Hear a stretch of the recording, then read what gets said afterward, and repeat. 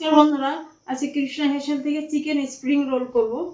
250 গ্রাম মুরগির মাংস, পেঁয়াজ পাতা, রসুন, পেঁয়াজ, টমেটো আর পুদিনার পাতা, ওদিকে গোলমরিচ আছে। এবার আমি গ্যাসটা ধরিয়ে কড়াইটা বসিয়ে দিচ্ছি। মাংসটা করার জন্য আমি তেল দিচ্ছি। স্প্রিং রোলটা করার জন্য আমি মাংসটাকে রেডি করে নিচ্ছি। কড়াইতে তেল দিয়েছি। আমি প্রথমে রসুনটা দিয়ে দিচ্ছি, থেতো করে নিয়েছি।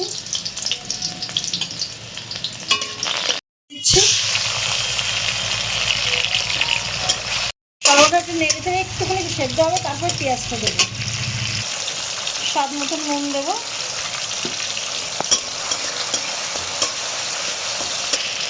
এবার আমি পেঁয়াজটা দিয়ে দেবো। পেঁয়াজটা খুব বেশি ভাজা হবে না, আদা আদা ভাজা হবে।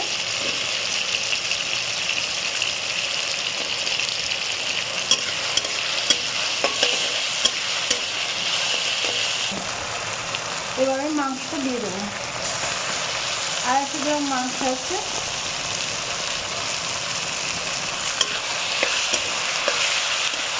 দিয়ে দিলাম সামান্য লঙ্কার গুঁড়ো দেবো, লাল লঙ্কার গুঁড়োটা, কালো মরিচ দিলাম, গোলমরিচ দিলাম 1.5 চামচ মতো, জিরের গুঁড়ো 1 চামচ, ধনে গুঁড়ো 1/2 চামচ, আদা বাটা 1 চামচ দিলাম, কাঁচা লঙ্কা 1 চামচ। এবার আমি এটাকে ভালো করে কষিয়ে একটু ঢাকা দিয়ে দেবো। আস্তে কম করে দেবো। মাংসটা বসিয়ে দিয়েছি, এদিকে আমি ময়দাটা মেখে নিচ্ছি। 2 বাটি ময়দা নেব। 2 বাটি ময়দা নিয়েছি। স্বাদ মতো নুন দেবো, সামান্য একটু তেল দিয়ে মাখবো। দেখে ময়নটা মেখে নেবো একটু। দেখুন আমার এটা হয়ে গেছে। এবার আমি তেলটা মাখানো হয়ে গেছে। এবার আমি অল্প অল্প জল দিয়ে মাখবো। যেমনি নরমাল লুচি হয় এমনি, তার থেকে একটু শক্ত হবে এই আর কি। চলো আমি এবারে ময়দাটা মেখে নিচ্ছি। মাখা হয়ে গেছে, এবার আমি 5 মিনিট ঢাকাতে রাখবো। ওদিকে 5 মিনিট হয়ে গেছে। এবার আমি ঢাকনাটা খুলে দিচ্ছি। মাংসের তেলও বেরিয়ে গেছে। ছোটো চামচে 1 চামচ গরম মশলা দিলাম।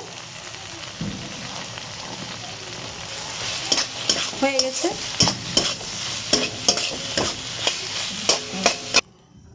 পুদিনার পাতাটা এবার আমি কেটে নিচ্ছি।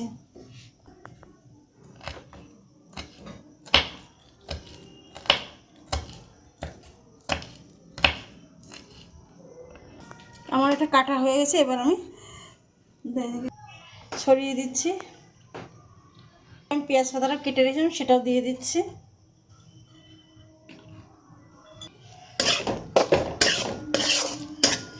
এবার আমি মাংস নামিয়ে দেবো। এটা আমার নামানো হয়ে গেছে। এবার আমি সাইডে রেখে দিচ্ছি। একটু ঠান্ডা হলে আমি তারপর ময়দাটা বেলবো।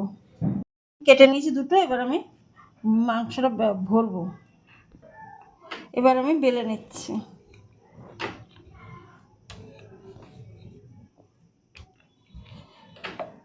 আমার এটা বেলা হয়ে গেছে। এবার আমি পুর দেবো।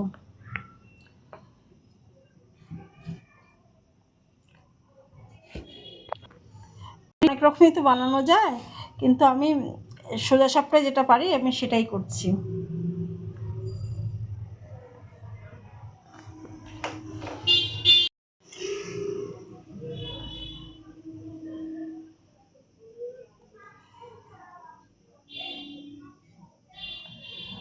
আমি এমনি করে এবার এক এক করে বেলে নেবো। এখন আমার এগুলো বেলা হয়ে গেছে। এবার আমি এগুলো ভেজে নেব। আমি প্রথমে গ্যাস ধরিয়ে দিচ্ছি, কড়াইটা বসিয়ে দিয়েছি। কড়াইটা গরম হোক। আমি এবার ভাজার জন্য তেল দিচ্ছি। এক এক করে ছেড়ে দেবো। খুব বেশি আঁচ দেবো না, কারণ ভেতরটা একটু ভাজা হবে তো। আমি এবার উল্টিয়ে দিচ্ছি। বেশি ডিপ ফ্রাই করবো না, আবার একদম হালকা করবো, একটু বাদামি বাদামি রং হলে নামিয়ে দেবো। আমি নামিয়ে দিচ্ছি এক এক করে।